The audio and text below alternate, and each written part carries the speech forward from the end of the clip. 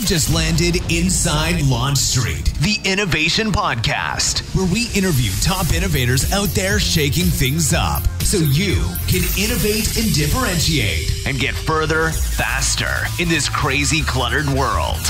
And now, innovation thought leader and your Superfly host, Tamara Kleinberg. Hey, LaunchStreeters, Tamara here, your innovation guide and lover of all organizational things and systems and stuff. I have been known to go to the Container Store for hours on end. I think maybe it's because organization's not my strength, so I tend to love when I find systems digitally and physically that work. Now, I don't know that I've ever really stuck to any of them, so if you have one, let me know. But I try. All right, let's get to it. LaunchStreeters, I know you've heard me say it before. Having an innovative idea is only half the battle. The other half is getting buy-in for those ideas from those key decision makers, the people that sign up on the checks, the people that can keep your ideas going, whether that's internal or external. Many, many brilliant innovations come to a dead stop at the presentation phase. So it got me thinking, what are we doing so wrong? I mean, if you've heard me talk about it before, we talk a lot about the language of innovation and how to get buy-in from the people that matter. And I think there's another layer to this, so I wanted to dig even deeper. So I asked Oren Klaff, author of Pitch Anything, which, by the way, is one of my favorite business books, and the director of capital markets at investment bank Intersection Capital, onto Inside LaunchStreet. So his book breaks down how he gets people to sign over multi-millions of dollars on his idea pitches. And on Inside LaunchStreet, we have a pretty fast-paced conversation where he breaks down the difference between kind of how we present, how we try to go to this kind of high-level cognitive stuff, and the lizard brain, and why maybe that difference is holding us back. Why the whole, Game of Thrones, winter is coming, is actually the start of every presentation, i.e., are you ready for the change that's coming? And how to show excitement without desperation so that you can craft an irresistible pitch or presentation to anyone.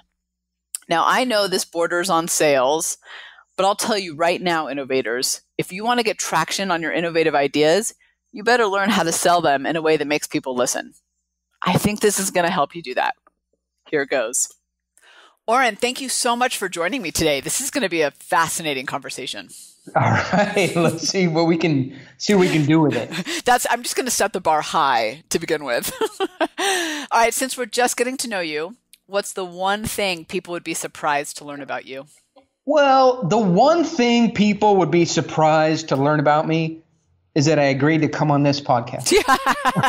Why would that be? What are you talking about?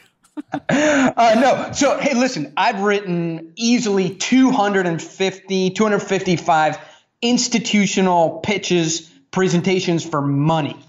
$1 million, $3 million, $5 million, $1 billion. That's what people hire me to do, is to make pitches mainly for money. Right? And I think the surprising thing about that is every single one I've done with a pen and paper. Of course, not the final, ends up in a PowerPoint, ends up in InDesign, but the start of them, pen and paper. Like, that's the hardest thing. You got to build something. You got to build a pitch. Somebody has to see what ideas you have in your mind, why those ideas are important to them. Why now? What's in it for me? What's the big idea? And it just all starts with one human, one piece of paper, one pen. I think people are surprised to learn that. Most people think it's fancier than that. It's not. So this might be a naive question, but I have to ask, since you're talking about this, do you think that most of us, part of our challenges with our pitches when we're trying to communicate an idea is we jump from what's in our head to the presentation? Because you said pen to paper a few times. Is there something in that middle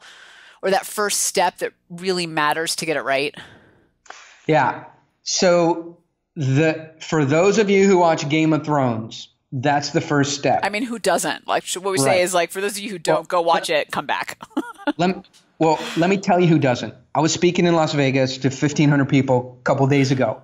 In the middle of the presentation, I have a good presentation. It's an hour long. People laugh. They cry. It's amazing. Once I really get going. 30 minutes in, a guy stands up, holds up his hand. And I say, "Sir, what is going on? I see you have your hand held up. I'm not to the part where you can ask questions yet. This is the funny part. right? You see everybody around you, they're laughing.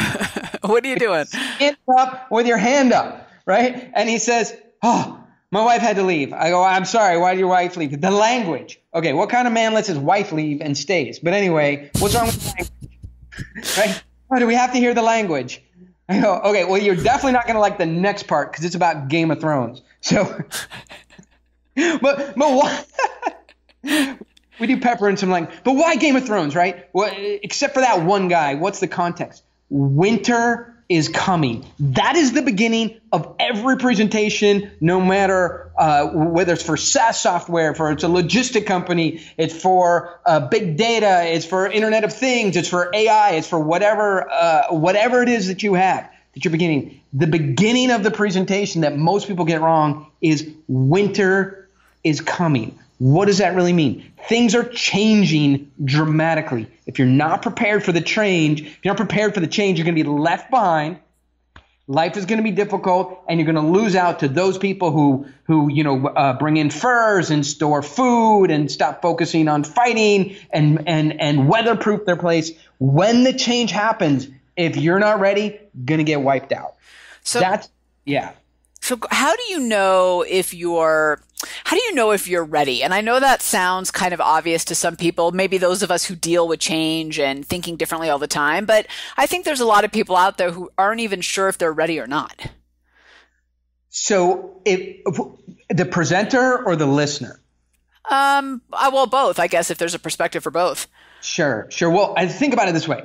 Maybe 85, 90, 93% of the human mind is dedicated to detecting change. That's why we exist, because we were very, very excellent at three things. Number one, detecting patterns. Number two, focusing immediately on anything in the environment that was changing. And number three, deception. Right? That's why humans exist. That's what we're good at. But of those, detecting change is and movement is what most of the human mind is dedicated to. So anytime you frame something as changing, it immediately snaps people's attention to you. So it doesn't matter if the listener is ready or not to hear about change. Change immediately makes them pay attention to you. And you as the presenter, right? The way you know you're doing change right is if the stakes are high enough. Right. Some people present change without enough. So Internet of Things is going to grow from $50 billion market to $52 billion market in the next 2 years. Who cares? Right. There's no stakes. Right. When you have change and there's stakes, and the third thing is those stakes are in terms of human dynamics, human experiences, human pain, human loss, then you have the introduction to a presentation. Doesn't matter what it is. So again, it's high stakes, things are changing, and lives are in the balance. And when you have those three things set up, then you have an introduction to a presentation. I don't care what it is, that will work. And if I hear you right, and from reading your book, this is not just about trying to raise money, but this is truly anytime you're pitching an idea that needs buy-in from the people that matter. Anytime you need someone to pay attention to you. Right? So if you think about it, here's the formula. Attention equals convincing power. Right? I think you, me, anybody, without thinking about it, if you can get somebody to pay attention to you for half an hour, 45 minutes, 2 hours, 4 hours, you could sell anything. There's nothing you couldn't sell if somebody would pay attention to you for 4 hours, but they won't. And that's the problem. Right? How long are they going to pay attention to you? I don't know. You're not a professional presenter. You haven't really organized your subject. You ramble on. Maybe 2 minutes. Right? You organize your subject, you've, practiced it a couple times, maybe 5 minutes. I'm an expert in this. I practice presentations for dozens of hours before they go to get in front of a buyer, right? And the most I can hold somebody's attention, 15, 18 minutes in a presentation. Attention equals convincing power. And so, yes, that's the issue, is getting somebody's attention. So I want to dig into your book, Pitch Anything, because for LaunchStreeters out there listening, it is brilliant. You should absolutely pick it up and read it. So there's a couple things in there, Oren, that I wanted to ask you about that I went back before our interview and took copious notes on and looked at what notes I'd taken prior and what I tried to implement in all these places. And one of the things was in the very beginning, you just have this whole thing about this lizard brain versus how we present ideas and how we overcomplicate things. And it got me thinking about a presentation I did once where I thought it was the most beautiful presentation and high level concepts and like, duh, why aren't they getting it? And I was using SAT words. Like, it was amazing. And I got totally shot down. Yeah, no, I understand. Well, there's a couple things, right? First of all, one of the reasons you thought it was amazing is because you were talking, right? And we, as you talk, obviously fall in love with the sound of your own. So good. What? Wait a second. Why didn't somebody write that down? Right. Amazing. Has poetry like this ever emanated from another human being on this planet? I mean, do you hear that violin music? The violin music that you are listening to is actually my voice. The mellifluous, iambic, pentameter, poetic nature of the words coming out of my mouth. This is sing-song material. Somebody bring in a camera crew. This is amazing. So that's why you thought it was good, right? Because you were talking, people didn't leave the room, and you thought that's how attention works. But in reality, I think, attention works very differently. What a lot of people don't realize is the human mind is not something that exists, right? There's thoughts, there's electrical impulses, there's synapse. There's no mind in there, right? So if we open up a brain of a rat, a frog, a human being, whatever it is, there's no mind. You can't find it. There's only a brain, all right? There's no soul, right? The soul has never been discovered, and the mind has never been discovered. These things have not, along with NLP, been proven out by science. Right? So what is in there is a brain. And the brain is something very interesting. When I worked with a cognitive psychologist, he said, look, you don't understand how the brain works. And so I'm talking about mind, and he's talking about brain. Cognitive psychologists care about how information moves through the mind of another human being. And so they explain, look, the brain formed in 3 distinct phases over a couple million years. The first part of the brain to form in human beings, or Homo sapiens, we were actually Homo erectus and something before that. But the first part of the brain to form was the crocodile brain, the croc brain. And that brain takes in survival information, right? What is this? Something is moving. Something is talking. There is a change going on. I got to pay attention to this. Is this something I should eat? Is this something I should mate with? Is this something I should kill? Got to figure that out very quickly. So no matter what it is, ROI, SaaS software, Internet of Things, logistics, trucking, going to Mars, politics, government, whatever it is, whatever ROI, whatever IRR, whatever thing that you're offering and the benefits you're offering, the first part of the brain to get information is the croc brain, and it can't understand any of that stuff. It only understands eat, kill, mate with, right? And so all your information gets chopped down very, very roughly. So unless you start out with stakes, human beings are at risk. Things are changing. There's a lot going on. It doesn't really get through that first part of the brain. So then information goes up, right? Ultimately, you want information to get to what feels like the mind, which is the neocortex. Neocortex processes logic. It's got language. It's got numbers. You understand it. It doesn't have emotions, but it understands things and ideas and ROI and return on investment and software and things like that. In order to get information from the croc brain up to the neocortex, has to pass through the midbrain. So you got croc brain, midbrain, neocortex.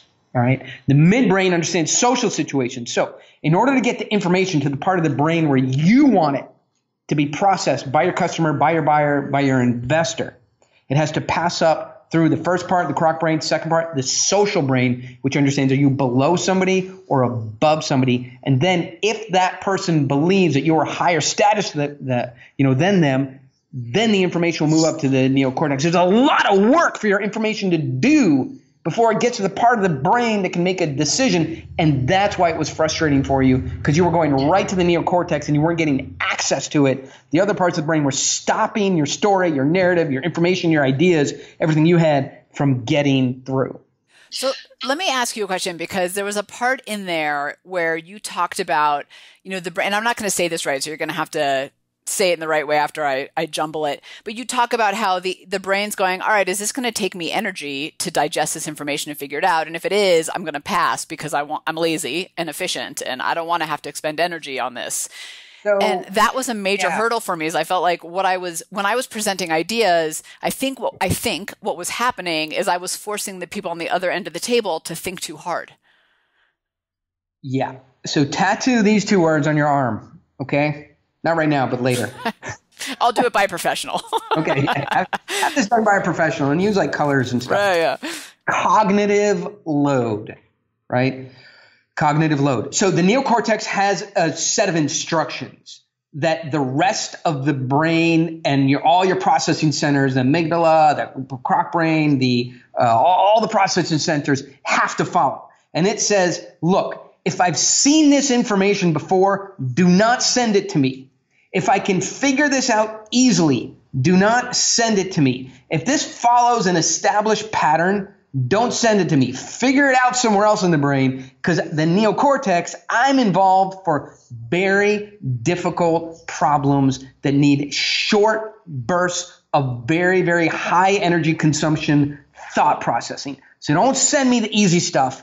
Don't send me the stuff I've already seen, and don't send me the obvious, because I'll reject it, right? And so because the neocortex, or the part of the brain that really does thinking, uses up a tremendous amount of energy, 20-25% of the body's overall consumption of energy is by the neocortex, right? So think about it. You got to study for a compliance exam. You have to study for an accounting exam. You have to do a spreadsheet. You have to write some technical paper. First of all, you don't want to do it. You leave it till late at night, right? Because you just don't, because the neocortex is going, I don't want to do that. Don't send it to me. Please give it to someone else. And finally, right? And when you do it, it wants quiet. You want a cup of chamomile tea, green tea. You want everybody quiet. You want a clear desk, and you really want minimum distraction. It's very, very difficult for the neocortex to do problem solving work, and it doesn't want to do it. And so anytime you ask somebody to do that kind of thinking on your behalf about you, your project, your ideas, whatever it is, you're imposing a cognitive load. And their neocortex is kicking back and going, I don't want this load put on me, right? Take it somewhere else. And so minimizing the amount of work they have to do is your challenge, not their problem. So that's one way you could think about it. Can you give me an example of kind of what would be a presentation, or just a section of it that would create that cognitive load versus a way to say it or present it in a way that wouldn't?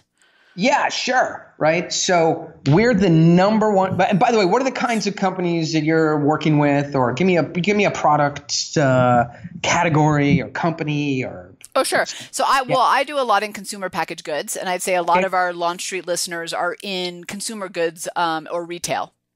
Yeah. So we're the number one selling shampoo in the Pacific Northwest because we use mainly hemp, and hemp is 25% more sustainable product, and the results give you 66% cleaner hair, and it's got a mint vibrancy that makes you feel 50-75% fresher, and even the cost of these hemp-based products are a little bit more, but they last a lot longer. I just fell asleep, I think. Yeah. So this is a number of different information categories.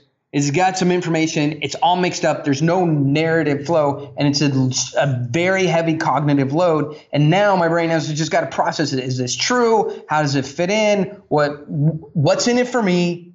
And why should I care? So there aren't stakes. There isn't a big idea, and nothing is changing in that introduction that I just gave you. And there's not an incentive for the croc brain, first part of the brain, to hear that information to go any further. And there's no status involved. I didn't say, listen, I'm the number one PhD, Harvard ranked in healthcare, in consumer goods commenter in the world. New York Times writes down everything I say about the human body and prints it, no matter what it is, even if I use the P word. Okay. Well, I was like, wait, what? Is that a part of the skills? Is actually like shocking people a little bit here and there, waking them back up? P word, puppy. puppy. Well, we won't tell anybody where my mind went. That's not good. Right, exactly. I can't help it if your mind is in the gutter. And everyone else here is thinking. Right. So the first thing is, raising it. So if I were to fix that presentation, not knowing anything about the product and thinking about a consumer good, right? It is, what's a big idea? Today, what you put on your body can have more chemicals than ever was anticipated by nature. You could put more chemicals in your body with 1 ounce of shampoo than nature ever intended for you to have in your entire life. So that's the stakes. That's the stakes. So what? What do you care about your own life, right?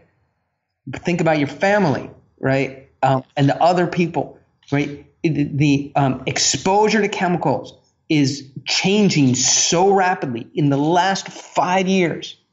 The amount of chemicals you're exposed to, out there when you're traveling, it limits your ability to absorb additional chemicals while you're washing yourself in your home.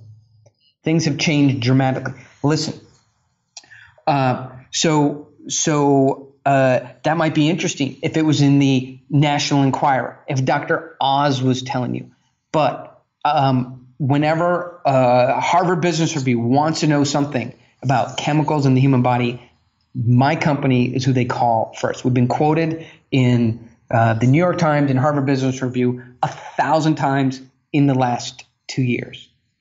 So that would be a different kind of introduction that works through the way the mind likes to get information, which is big stakes, human stakes, things are changing, and then what is the status of the person giving me this information, and then the information.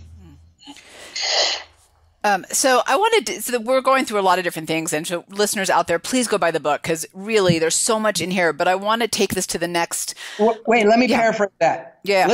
Listeners out there, ignore this madman and the things he's saying now. He actually wrote a good book and the words are much better than what you're hearing right now. Go buy that book. It's called Pitch Anything. Well, I don't know if the words are better, but it's definitely in depth. How's that? So I want to talk a little bit about something you call framing. And, I know all the kind of different types of it are in the book, but I want to share a little bit of a story with you that happened to me just to kind of gear it up a little bit. So I do a lot of new business presentations. I'm asking people to spend a lot of money to do innovation pipeline work, to do, culture of innovation work. And one of the things that I started to see happening that would make me panic and I think set off my lizard brain is I'd go into the meeting and the person on the other side would try to exert their authority on me. And they'd say something like, well, I only have 15 minutes. And suddenly I'd be like, oh my God, well then I got to talk really fast. And I got to get it done in 14 minutes and let me get all the benefits, and I'd panic. Or they'd say something like, just get to the bottom line. Like, don't give me all the fluff. Just get to the bottom line. And they would, for lack of a better way to say it, it's almost like they would own the meeting and the conversation. And I had to then be reactive to the situation. And you've got a little bit of a different approach to that.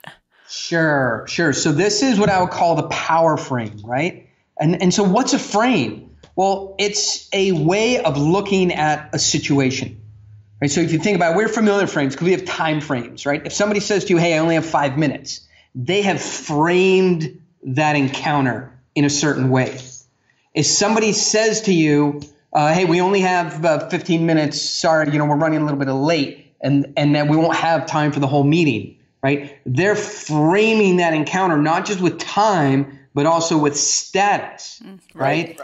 And then you could say, well, that's a power frame because they're exerting power over you. But when somebody comes up with a power frame, right, the question is how to break it. Why would you want to break a frame? Because when a frame exists that defines a situation that you're in, it controls the behavior of both parties, all right? So when somebody says to me, hey, listen, so what did they say to you? What were the words specifically? Oh, well, there's two of my favorites. One is, listen, we only have 30 minutes, so we need to move quickly. That was one. And the other one is, hey, we're all here. Bob can't be here even though he's the final decision maker, but we'll take that information to him. Sure. So for me, let's take the second one first, right? Our decision maker isn't here. Tell us what you have, right? And then we'll go explain it to him. Right? That's a frame which says you are not of sufficient importance for us to bring our most important guy here. That's right. That's a power frame. You aren't powerful enough. Your status isn't high enough. We don't think enough of this project, right? And I got in here and I'm going to interpret it. That's the frame that's set up, right? Now, you know it's unacceptable. So you have to break that frame. And I'm assuming that breaking that frame is not going, okay, well, let me give you this information on what to say, and then let me know what Bob says. Right. So first of all, you have to frame up in your mind that the chances are near zero that they're going to be able to take your pitch, your presentation, the ideas in the right order and give it to Bob correctly in an environment such that he says, yes, I'm interested in doing it. Right. So you have to frame that up in your mind, and that has to become something that has to become a lens through which you view the world. So then you could say, no, that is not going to work. All right. And you can have fun with it. I tend to be a little bit meaner. You sound like a fantastic person. So what do I say instead? Right. So then the next step would be, I have been doing this for 10 years. Right. I've been explaining this stuff to buyers and investors for 7 of those 10 years. There's nobody better in the world at explaining this. So it's understandable, so it's digestible, so it's repeatable, and it's simple. You have been doing this for 0 minutes in your entire life. Not an insult. There's some things you're very good at that I'm terrible at, for sure. Right? I can't explain your business, so... I can't explain your business. I don't know what it is. I couldn't explain your life story, your biography. You're an amazing person. Look at that dress you're wearing. I could never even fit in it. You're amazing at what you do. But here's the frame. But I'm amazing at what I do. And it makes no sense to me. And here's the frame. And it's unfair to Bob to take away the best person in the world at explaining banana shampoo. Of course. And have the worst person in the world, with all due respect, you, to explain to him. That's not fair to Bob, right? And so we all have to be fair to each other. Here's what I suggest. Why don't you see if he could step back in for a few minutes, or tell him that it didn't work out today and we can reset the meeting for where it's going to be fair and work for everybody. Does that make sense? Is that fair to you? That is how, just off the top of my head, right? I haven't been in that specific situation. That is how you would break the frame of Bob isn't coming, right? And I have to imagine, right, that like especially using the word fair, people don't want to see themselves and their identity as unfair. So to say, is that fair to you? I have to imagine it has a little bit of skill to it as well. It is. So this is the moral authority frame. When you are fair, honest, forthright, transparent, fun, interesting, bringing new information, prepared, right? Yeah. Some people call that professional, but think about that as the moral authority. You came on time. You came prepared. You came with relevant information. You came with stuff they need. You practice it and package it into a short period of time. You did everything right. So now you can frame everything they do as not normal and not fair. Right. That's the advantage of being professional. So the way to do that is say, hey, the other way to break, I mean, there's a million ways to break that power frame. The other way, just hearing your personality and listening to you, that you could do it, is you could say, that's a little weird to me. Not really sure what's going on here. Right? Yeah. Because you guys need the product. We set the meeting. We talked about it for 2 weeks. We all came prepared. Everybody, came to the meeting. The conference room looks great. No Bob. What's really going on here?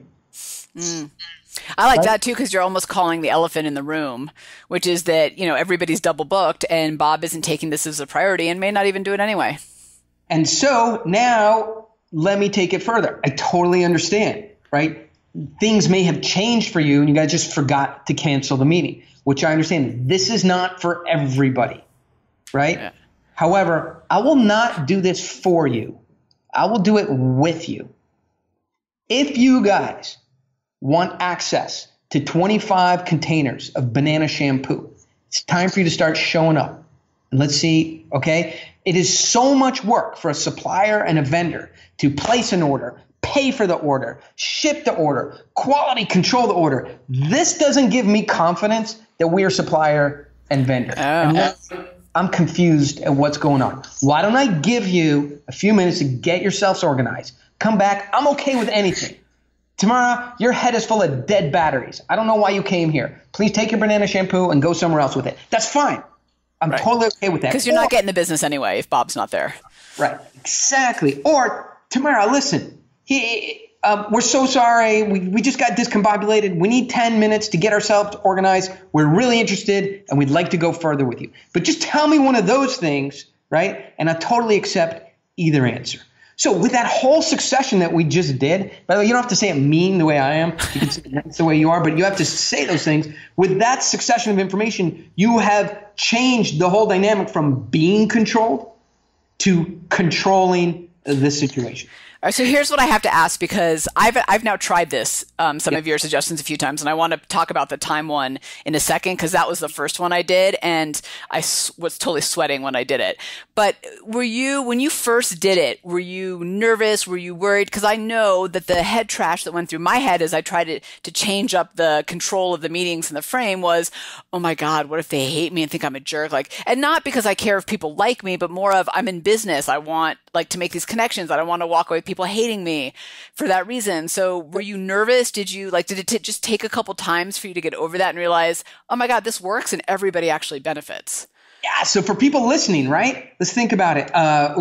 What you're talking about is they go, hey, well, we only got 15 minutes. Yeah. And you go, it's okay. I only have 14 minutes. We got to get That's what I tried. And then I was silent, and then I started to sweat. I don't think they noticed because I said it with such confidence and then shut up. But I was like, oh my God, I can't believe I just said that out loud. Well, let me tell you where this came from, right? So I was somewhere and they were like, hey, listen, we only have 5 minutes, right? So you got to pitch the whole thing, really quickly before I have to go. And I just got mad. I'm like, look, motherfucker, can you pitch your business in 5 minutes? Is that something you can do? Are you asking me to do something that you yourself can do? No, I didn't say that. I thought it. Right? And so that's great. So then I thought, okay, I can't go that route because that's very adversarial, and I'm trying to get an investor in the deal. Right. And so I said to myself, so they said, hey, you got 5 minutes. You go, and I said, you know what? 5 minutes would be a total waste of time.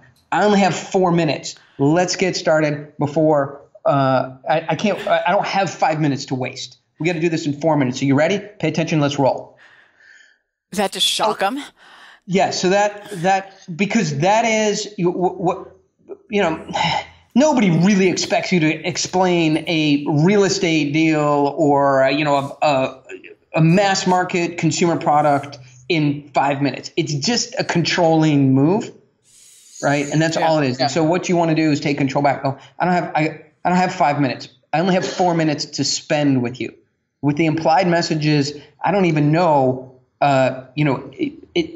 I don't know if I'd like to work with you. I don't know anything about you. I don't really have that much time to invest in you. I'll spend 4 minutes on you. We'll see where that gets us and if I spend any more, right? So whatever it is that people are trying to impose from a power frame on you, you have to break it. Otherwise, and this is new and it's not in the book, and I think this is important.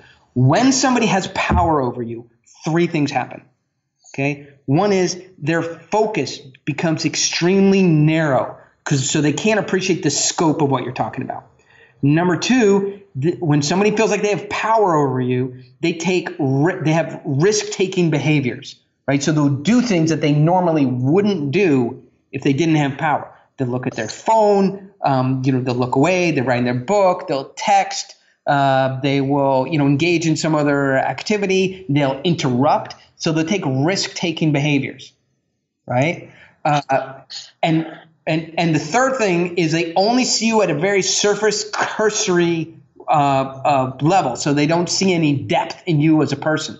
That's why you have to break the power frame. It's not should you do it, how do you do it, why should you have to do it because somebody can't pay it. If attention equals convincing power.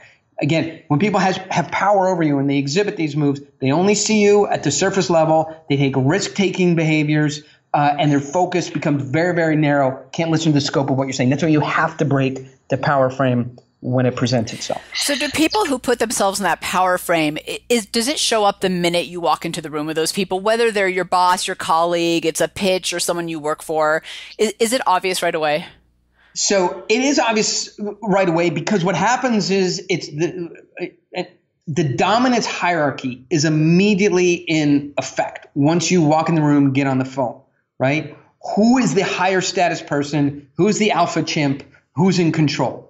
Right. And so maybe we'll get a chance to start a phone call. I will come on. Right. And whatever it is, I will try and impugn them as having done something wrong, having done something weird, or make some comments, some alpha comments that lower their status from the know it all, have it all, be it all buyer to either appear with me or below me. I'll give you an example. I will always get on the phone and say, hey, so you guys couldn't figure out how to type 6 numbers into a conference call. That's why it's now 11:05.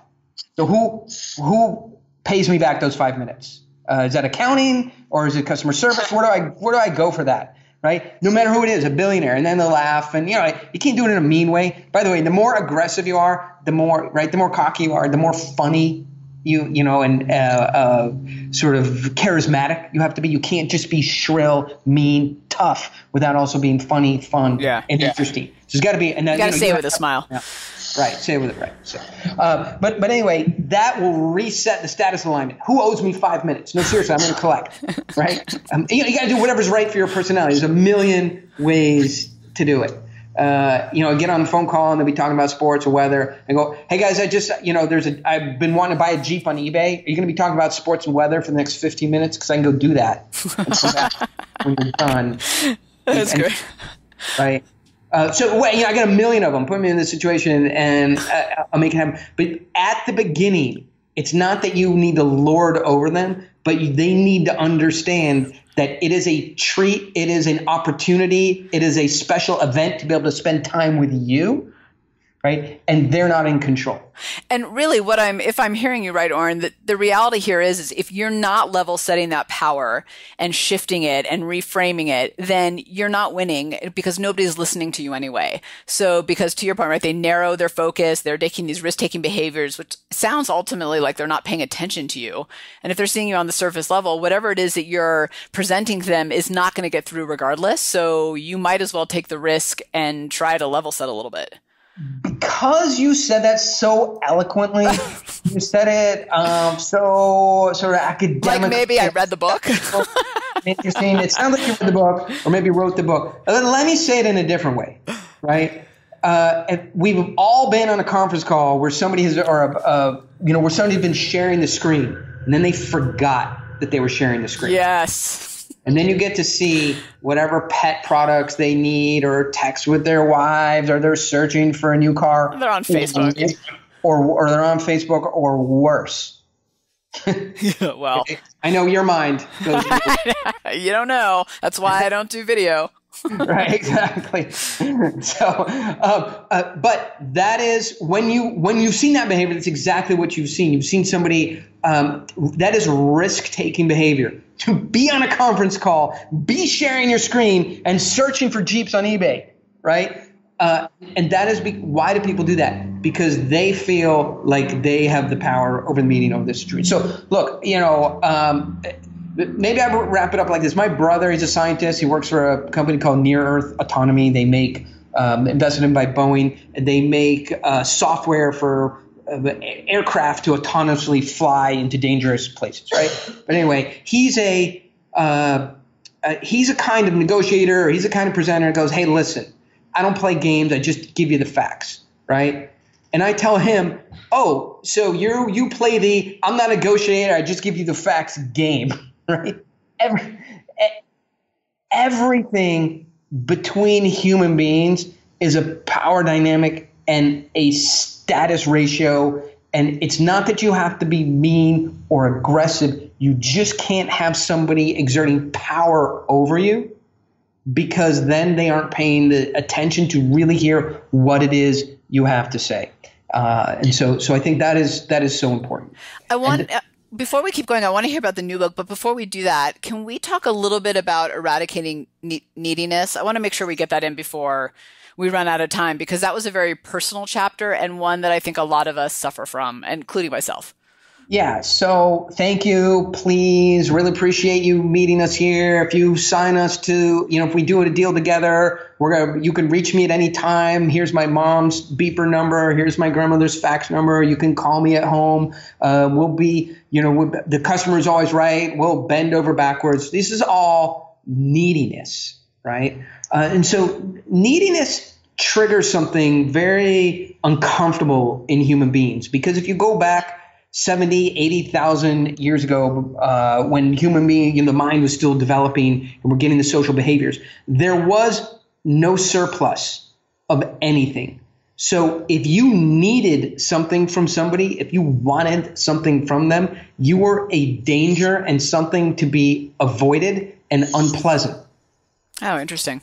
Yeah. So anytime that you exhibit needy behaviors, it makes somebody pull away from you, right? And so the goal in all these presentations, you want something, but without being, the moment somebody detects neediness in you, they immediately feel a surge of power, right? And they use it. And that power is to say, this is all very interesting. Really appreciate the information you send. If you can send me anything else by email, we'll take a look at it and we'll get back to you if we have any more questions. So at any time that you're needy in a presentation, it makes somebody want to back away from what you have. So ultimately, and I think this is what I wrote in the book that helps understand and really deeply understand neediness. People want what they can't have.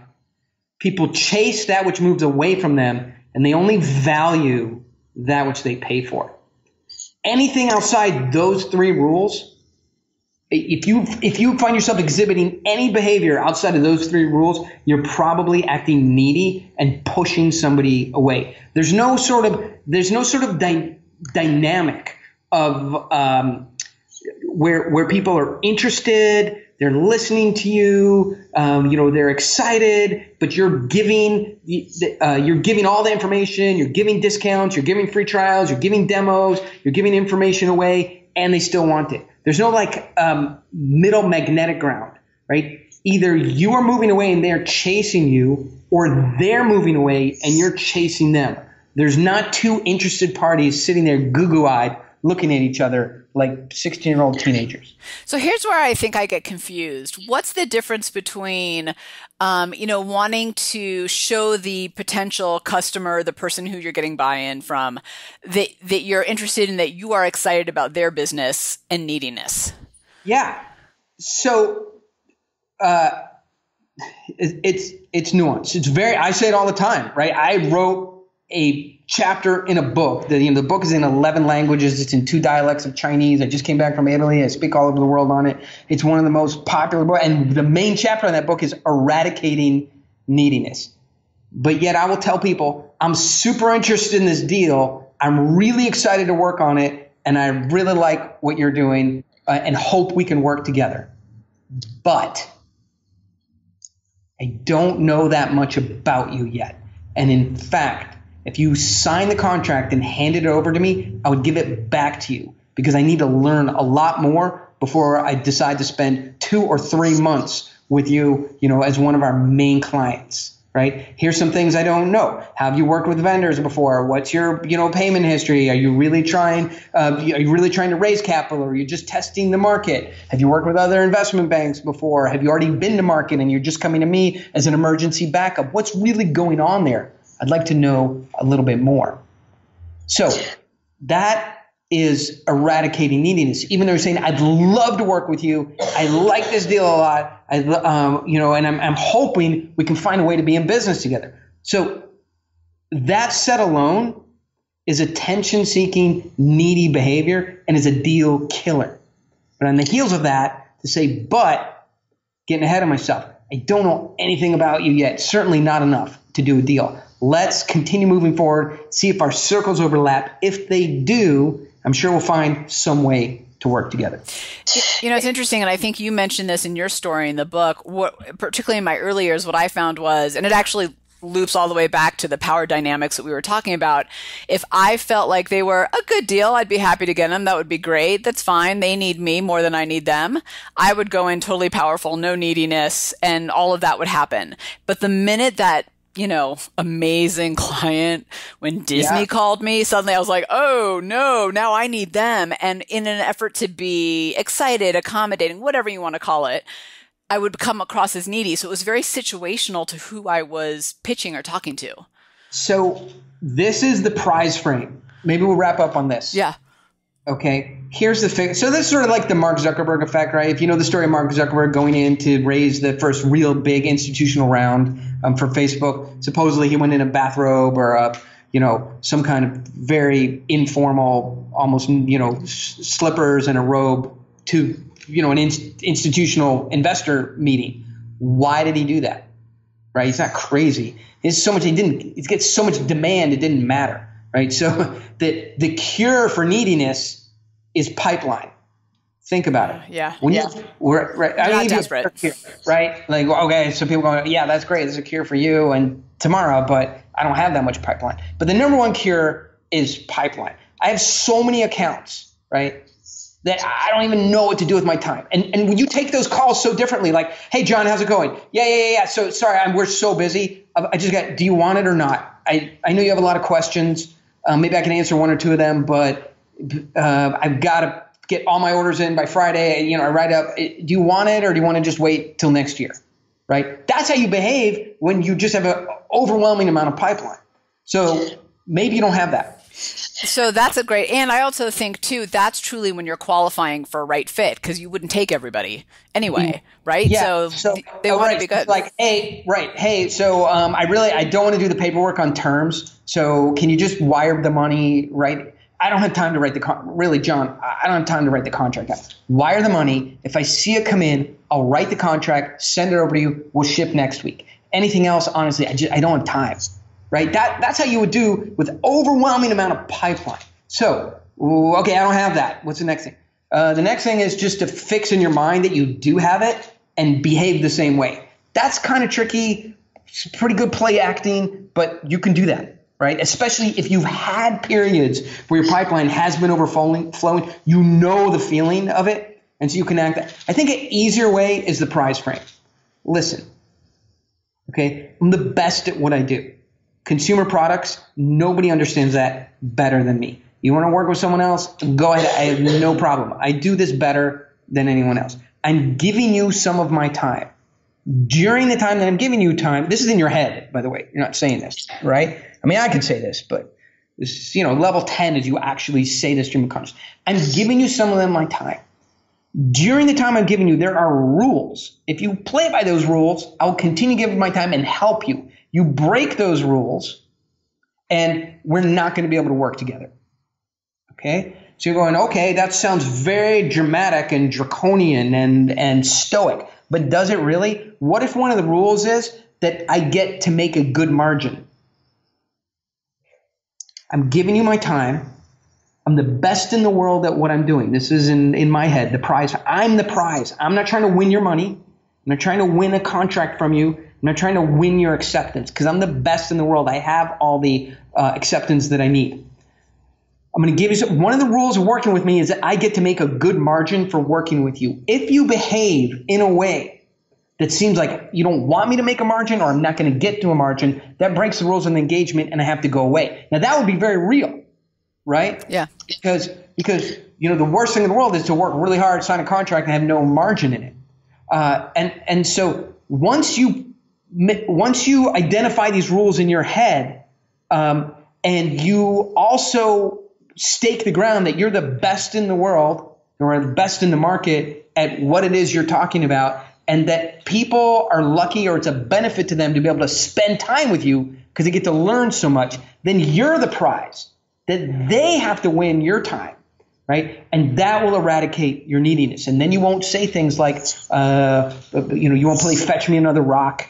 when they ask you to do all these assignments, you won't ask them, so what do you think? Is this something you'd be interested in? Once you have that prize frame in your mind, then you operate from a frame of they get to spend a certain amount of time with you, and they're fortunate to be able to buy from you. Right? Now, how do you not make that overt and, introduce the asshole effect? That's the nuance of your personality that you got to sort out. But please, thank you. So what do you think? Is this something you'd be interested in it? I really hope we can do this account. Do you have any questions? Can I get you another report? Would you like a free sample? We have some discounts. Before they've even asked for the discount, you're offering discounts. And, the other thing I would just say to close out that part of the conversation is, it also keeps you from taking on the bad clients that suck the life out of you or the projects that suck the life out of you. Because we've all done that too in an effort of neediness and then we take on stuff that actually doesn't serve us and we're frustrated in having to actually do the work. Absolutely. In my business, the more we give people, the less likely we'll sign the account. You just need to maintain your integrity and your dignity.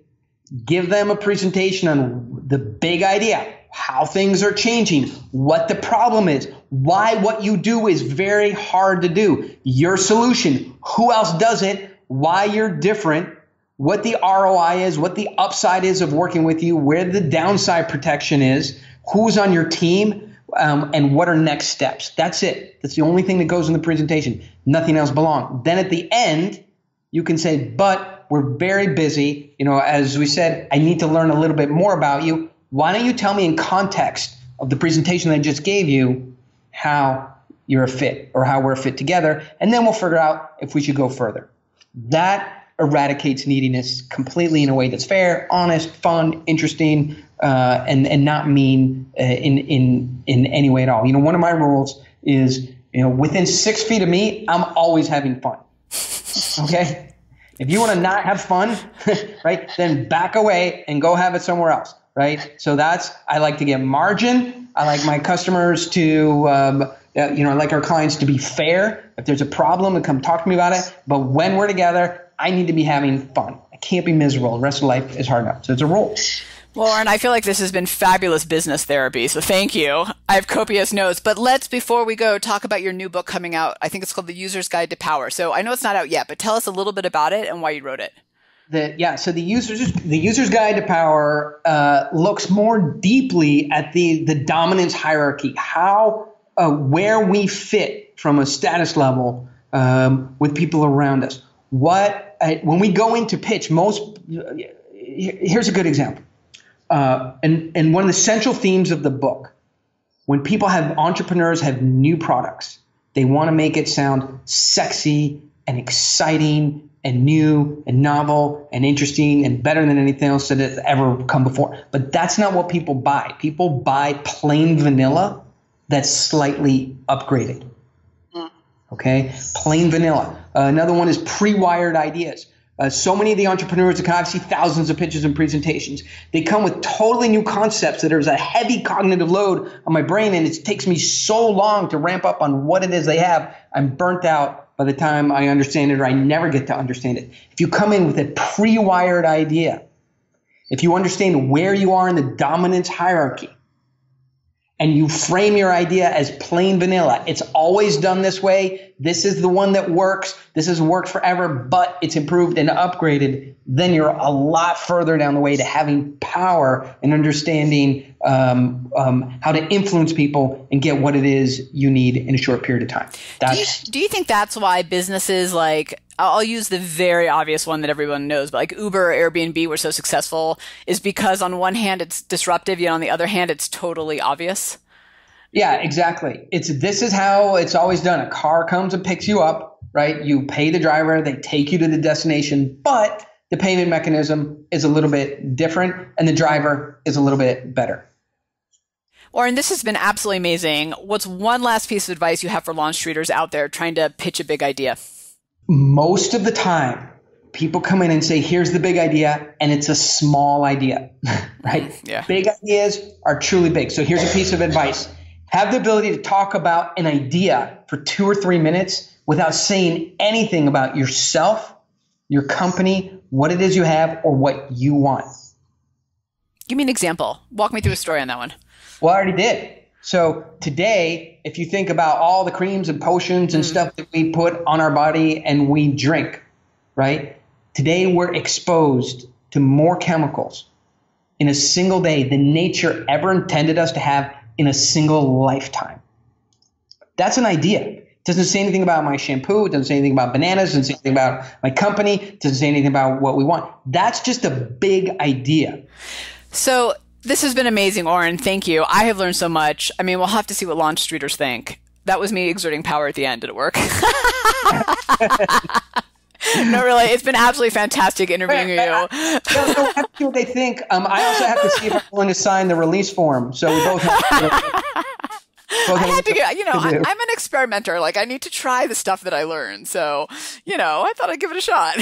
You're good. I like you. You're very, we should have done video. You're very charismatic. You might be really gross gruff. I don't know, but you sound wonderful. Very charismatic. And I hope we get a chance to meet or talk again. I did too. And I'm looking forward to the next book. Thank you for coming on. Thanks, Tamara. Yeah, thank you. And in closing, LaunchStreeters, wow. This interview has made me truly rethink how I present my ideas. Now, I'm not going to stop here, right? Here's what I want you to do. Go to our website, go to LaunchStreet.com, GOTO, LaunchStreet.com, one word. Click on podcasts and click on Oren's podcast. Then leave me a message about how you're going to change up how you talk about your idea, how you figured out what the right actual benefit to the audience is, that kind of talking to the lizard brain, all of that. Let me know how it went. How are you going to pitch anything? That's what I want to know. All right, Tamara out. Thanks for hanging out with us inside LaunchStreet. When you're ready to take your game to the next level, join the thousands of others that are upping their innovation edge on GoToLaunchStreet.com, the top online education resource and community platform for innovators looking to use innovation to get measurable results. Go to LaunchStreet.com.